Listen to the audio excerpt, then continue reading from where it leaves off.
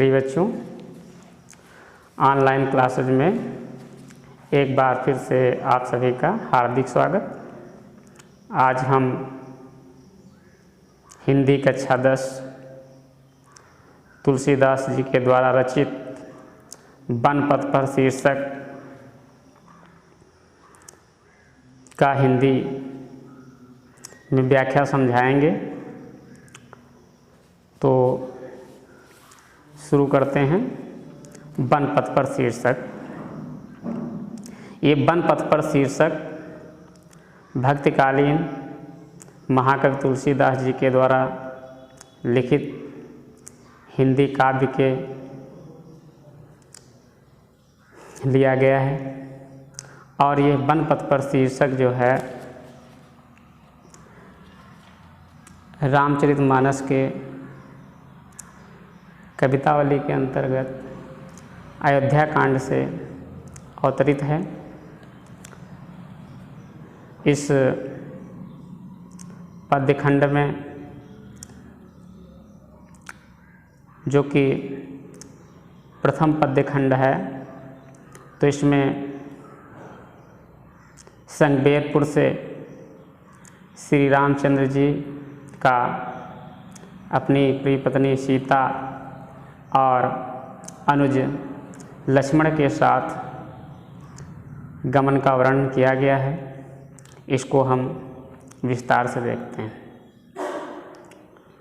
पुरते निकसी रघुवीर बधु धर धीर दये मग में डक द्वे झलकी भर भाल कनी जल की पुट सूख गए मधुराधर वे फिर बूझत हैं चलनो अब केतिक पर्णकुटी करिहों कित हुए तियकी लखिया तुरता पी की आँखियात चार चली जल से।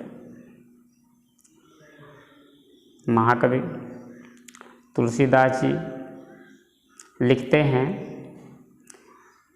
कि जब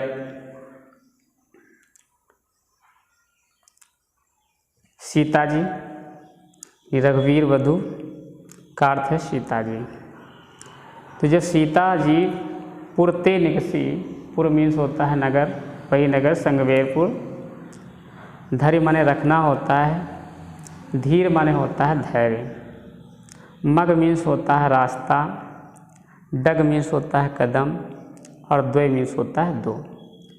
इस प्रथम लाइन का शाब्दिक अर्थ ये है। झलकी मीन्स होता है झलकना, भाल मीन्स होता है मस्तक, कनी जल का अर्थ होता है पानी की बूंदें अर्थात ओस के कण, मधुराधर मीन्स होता है मधुर ओठ, पुट का अर्थ होता है पुट, पर्णकुटी का अर्थ होता है घास फूस तिनको आदि से बनी हुई कुटिया, लख मीन्स होता है देखकर, ती मीन्स होता है प्रीतमा, आतुरता माने होता है परेशानी या व्याकुलता, प्रियतम, आँखिया मीन्स आँखों में, चोय मीन्स होता है प्रवाहित होना या बहना। फिर से हम इसी पे आते हैं व्याख्या पर। जैसा कि महाकवि तुलसीदास जी लिखते हैं कि जब जनक नंदिनी सीता जी संगबेरपुर से अपने पति श्री रामचंद्र जी और देवर लक्ष्मण के साथ निकलती हैं, तो जैसे ही मार्ग में 2 कदम आगे बढ़ती हैं, अर्थात 2 कदम आगे रास्ता तय करती हैं, त्यों ही झलकी भर भाल कनी जल की, त्यों ही उनके मस्तक पर पसीने से निर्मित पानी की बूंदें झलक आती हैं और पुट सूख गए अधूरा मधुराधर वे, और अत्यधिक प्यास के कारण उनके ओठों के पुट जो हैं वो सूख जाते हैं। फिर बूझत हैं चलनो अब केतिक पण कुटी करिहों के तुम्हें। फिर बड़ी आतुरता के साथ अपने प्रियतम से पूछती हैं कि हे प्रियतम, अभी हमें और कितनी दूर चलना है तथा आप घास फूस तिनकों से रचित कुटिया आप कहाँ पर बनाएंगे। तिय की लखिया तुरता पी की आखियात चार चली जलचे। तुलसीदास जी लिखते हैं कि अपनी प्रीतमा की ऐसी व्याकुलता को देखकर पिय की अर्थात प्रभु श्री राम की आँखों में अश्रु की धारा प्रवाहित होने लगती है, अर्थात वे बहुत अधिक दुखी हो जाते हैं, जिससे उनके नेत्र अश्रुपूरित हो जाते हैं। दूसरे खंड में हम चलते हैं।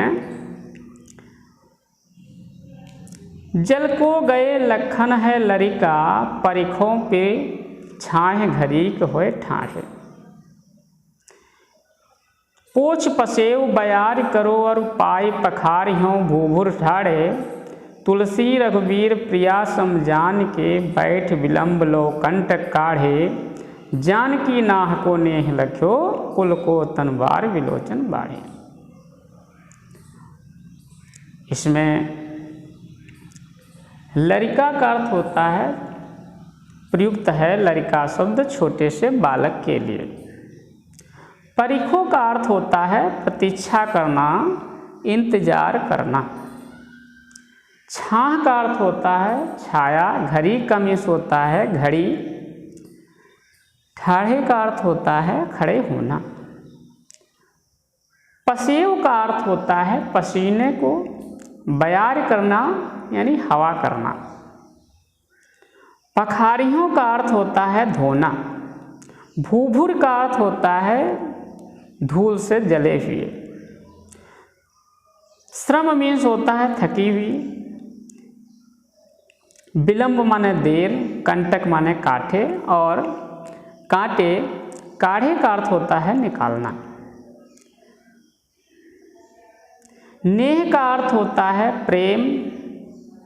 विलोचन का मतलब होता है नेत्र, और वार का अर्थ होता है वार अर्थात जल। यहाँ पर जल का अर्थ होता है नेत्रों का जल यानी आंसू। तो अब हम पंक्ति पे चलते हैं कि इन पंक्तियों में सीता जी की व्याकुलता का वर्णन किया गया है, और साथ ही साथ किस प्रकार सीता जी अपने मन की बात को अपने प्रियतम प्रभु श्री राम जी से कहती। सीता जी कहती हैं कि हे प्रिय, छोटे भैया लक्ष्मण जल को गए हैं, अर्थात जल लेने गए हैं। परिखो पिए छाए घरीक होए डाढ़े, इसलिए थोड़ी देर रुक करके क्यों ना हम उनका इंतजार कर लें। पोछ पसेव बयार करो और पाए पखारियों बोभुर ढाढ़े। इस स्थिति में हम थोड़ी देर के लिए हवा कर दूं, पसीना पोंछ दूं। पोछ पसेव बयार करो यानी पसीने को पोंछ दूं, हवा कर दूं, और जो धूल से जले हुए पैर हैं उनको थोड़ा धो लूं, जिससे पैरों को थोड़ा ठंडक महसूस हो जाए। तुलसी रघुवीर प्रियाश्रम जान के बैठ विलंब लो कंटक काढ़े। तुलसीदास जी कहते हैं कि प्रभु श्री रामचंद्र जी अपनी पत्नी को अत्यंत थकी हुई जानकर बड़ी देर तक इस उद्देश्य से बैठे रहते हैं और पैरों में लगे हुए कांटे निकलवाते रहते हैं ताकि सीता जी को विश्राम करने का पर्याप्त समय मिल जाए। जानकी नाह को नेह लख्यो पुलको तनवार विलोचन बाढ़े। यहाँ तुलसीदास जी लिखते हैं कि जनक नंदिनी सीता जी के अपने प्रति यानी भगवान श्री राम जी के प्रति इतने असीम प्रेम को देखकर प्रभु का जो शरीर है वो रोमांचित हो उठता है और उनके नेत्र से अश्रु प्रवाहित होने लगते हैं, यानी अश्रु निकल आते हैं।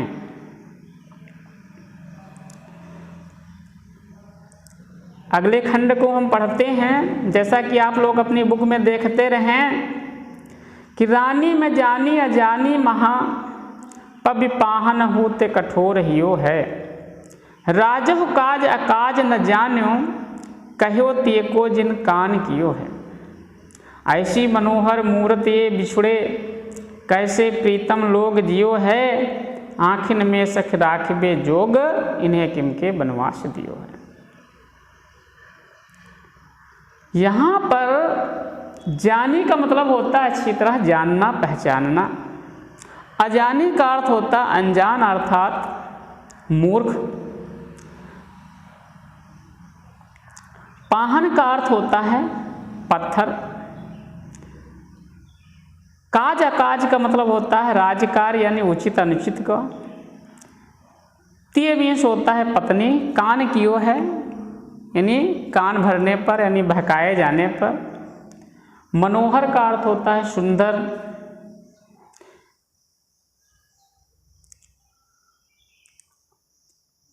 आखिर में का अर्थ होता है आंखों में।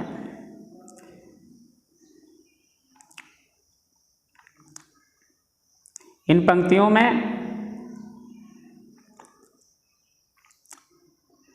ग्रामीण स्त्रियों के द्वारा सीता जी, राम जी और लक्ष्मण जी के विषय में आशंका व्यक्त की जाती हैं। तो उनमें से एक जो चतुर ग्रामीण स्त्री थी जिसे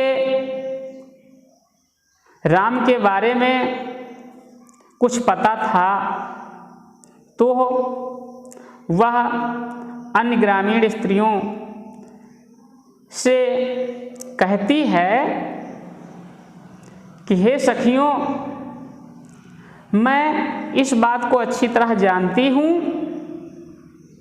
कि रानी कैकेयी बहुत ही नादान थी, नासमझ थी, अत्यधिक मूर्ख थी और उसका हृदय पबि पाहन होते कठोर हियो, और उसका हृदय जो वह पत्थर से भी अधिक कठोर है। अर्थात रानी कैकेयी पत्थर दिल वाली एक कठोर महिला थी। राजहु काज अकाज न जान्यो कहो ते को जिन कान कियो है।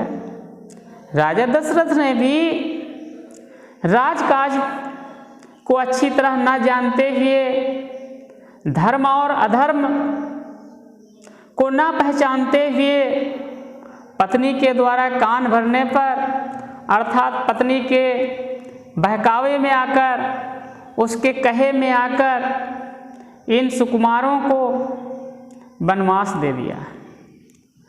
ऐसी मनोहर मूरत ये बिछुड़े कैसे प्रीतम लोग जियो हैं। ये मन को हरने वाली, मन को आकर्षित करने वाली ऐसी सुंदर मूर्तियां हैं कि इनसे बिछड़कर इनके चाहने वाले लोग किस प्रकार जीवित रह रहे होंगे। वो विरह वेदना में बहुत व्याकुल हो रहे होंगे। आँखिन में सखी राखबी जोग इन्हें किम के वनवास दियो है। हे सखी, ये तो आँखों में रखने योग्य हैं, बसाने योग्य हैं। यह उचित कारण नहीं मालूम है जिस कारण के चलते इन लोगों को वनवास दिया गया है। शीश जटा और बाहु विशाल विलोचन लाल तिरछी से बोहें। चौथे खंड पे चलते हैं, आप लोग अपनी बुक देखें। तून सरासन बान धरे तुलसी बन मार्ग में सुट सोहे। सादर 12 बार सुभाए चिते तुम त्यो हमरो मन मोहे। पूछत ग्राम बधू से सो कहो सांवरे से सख रावरे को है। शाब्दिक अर्थ पर ध्यान दें। सिंपल अर्थ हैं। उर मीन्स होता है हृदय, बाहु मीन्स होता है भुजाएं, विशाल का अर्थ जानते हैं आप लोग, विशाल मीन्स बड़ी। विलोचन का अर्थ होता है नेत्र यानी आँख, तिरछी यानी तिरछी सी।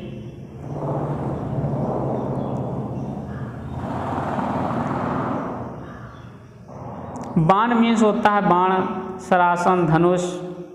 तून तर्कस यानी तर्कस, धनुष और बाण। सुठ सोहे का अर्थ होता है रास्ता तय करना। शुभाय मीन्स होता है शुभाय, स्वभाव का। शुभाय जो है स्वभाव।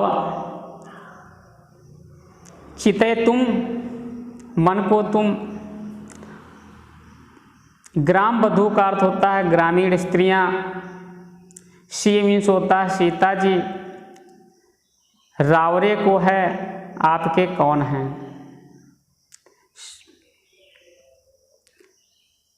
यहाँ सांवरे शब्द अर्थ है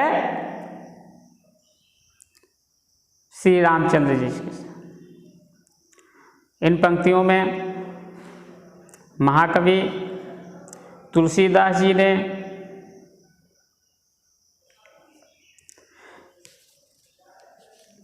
यह उल्लेख किया है कि ग्रामीण स्त्रियां सीता जी से श्री राम के मनोहारी रूप का वर्णन करते हुए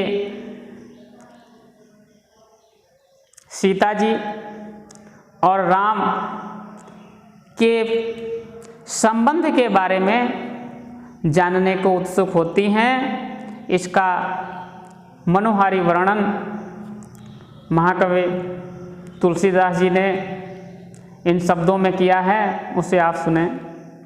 शीश जटा और बाहु विशाल विलोचन लाल तिरछी से भोहें। तुलसीदास जी कहते हैं कि ग्रामीण स्त्रियां सीता जी से बड़े ही सुंदर वचनों के साथ, मनोहारी वचनों के साथ कहती हैं कि जिनके सिर पर जटा सुशोभित हैं,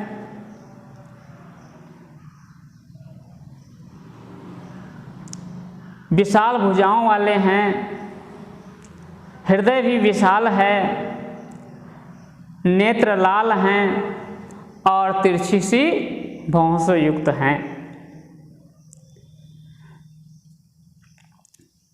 तर्कस, धनुष और बाण धारण किए हुए हैं और वन के रास्ते से प्रस्थान कर रहे हैं।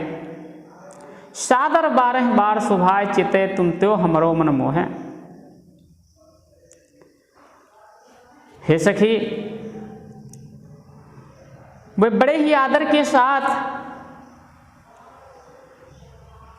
तुम्हारी ओर बार बार देखते हैं, तुम्हारे मन को आकर्षित करते हैं और साथ ही साथ हम सभी ग्रामीण स्त्रियों के मन को भी आकर्षित कर रहे हैं। पूछत ग्राम बधू सिय सो कहो सावरे से सखी रावरे को है। ग्रामीण स्त्रियां सीता जी से ये पूछती हैं कि हे सखी, ये श्यामल शरीर वाले जो तुम्हारे साथ में हैं, ये आपके क्या लगते हैं, अर्थात आपका उनसे क्या नाता है, क्या संबंध है, क्या रिश्ता है।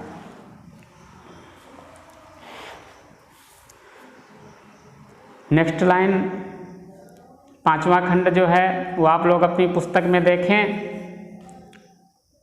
इसको हम पढ़ते हैं। सुन सुंदर बैन सुधारस साने सयानी है जानकी जानी। तिरछे कर नयन दिशैन तिन्हें समझाए कछु मुस्काई चली। तुलसी दही अवसर सोहे सवै अवलोकत लोचन लाहु अली। अनुराग तड़ाग में भान उदय विकसी मनु मंजुल कंजकली। शाब्दिक अर्थ पे हम सबसे पहले ध्यान दें कि यहाँ पर वैन का अर्थ होता है वाणी या वचन, सुधा रस का अर्थ होता है अमृत रस। साने में सना हुआ यानी अमृत रस से लिप्त, अमृत रस से लिप्त या परिपूर्ण। नयन मीन्स होता है नेत्र। नयन का अर्थ क्या होता है? नेत्र। तो यहां पर नयन का अर्थ होता है नेत्र।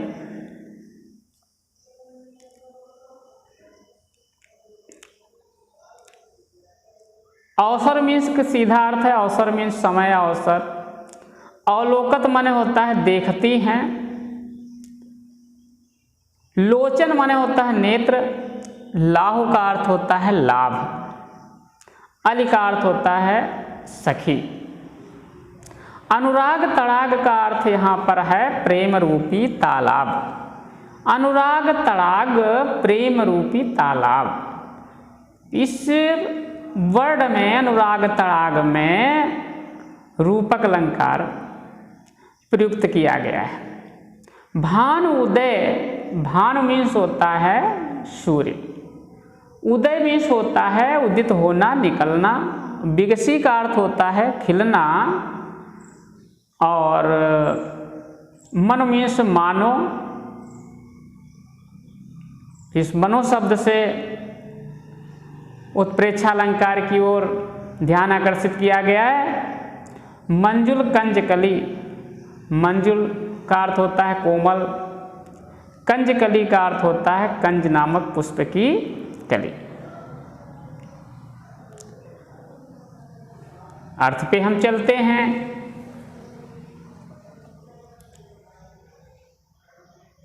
सुनि सुंदर बैन सुधारस शाने सयानी जानकी जानी। तुलसीदास जी लिखते हैं कि ग्रामीण स्त्रियों के ऐसे अमृत रस से परिपूर्ण सुंदर वचनों को सुन करके सीता जी, जो बहुत ही होशियार, बुद्धिमती एवं चतुर स्त्री थी, इस बात को भली भांति जान जाती हैं कि ये ग्रामीण स्त्रियां मुझसे क्या जानना चाहती हैं। इसलिए तिरछे कर नयन दिश शयन तिन्हें समझाए कछु मुस्काए चली। इसलिए वे सोचती हैं कि हम मुख से ना बताकर केवल संकेत से ही इसको प्रकट कर दें। इस उद्देश्य से सीता जी ने अपने नेत्रों को थोड़ा सा तिरछा किया और अति प्रेम के साथ श्री राम की तरफ देखती हुई,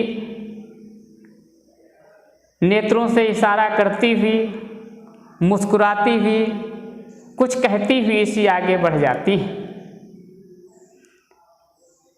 जिसका संकेत भली भांति उन ग्रामीण स्त्रियों को मालूम हो जाता है। तो तुलसीदास जी कहते हैं कि तही तुलसी तही अवसर सोहे सबे अवलोकत लोचन लाहुली। तुलसीदास जी लिखते हैं कि इस अवसर पर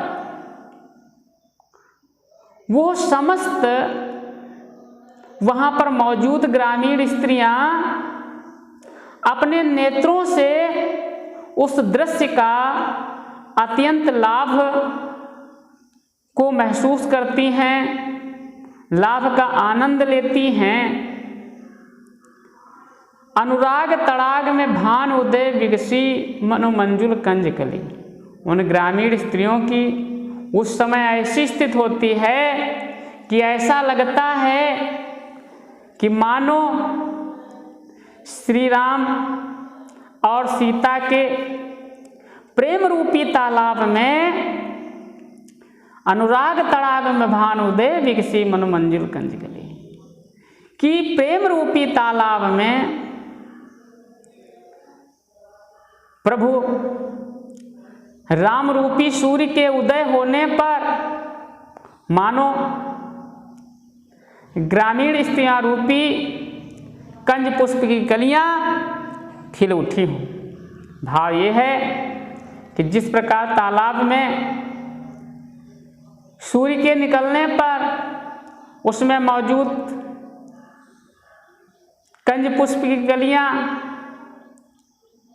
खिल जाती हैं, ठीक उसी प्रकार यहाँ पर राम और सीता के ऐसे प्रेम को देखकर समस्त ग्रामीण स्त्रियां अति प्रसन्नता से युक्त हो जाती हैं। अब यहीं पर बनपथ पर शीर्षक का अर्थ व्याख्या पूर्णतः समाप्त होती है।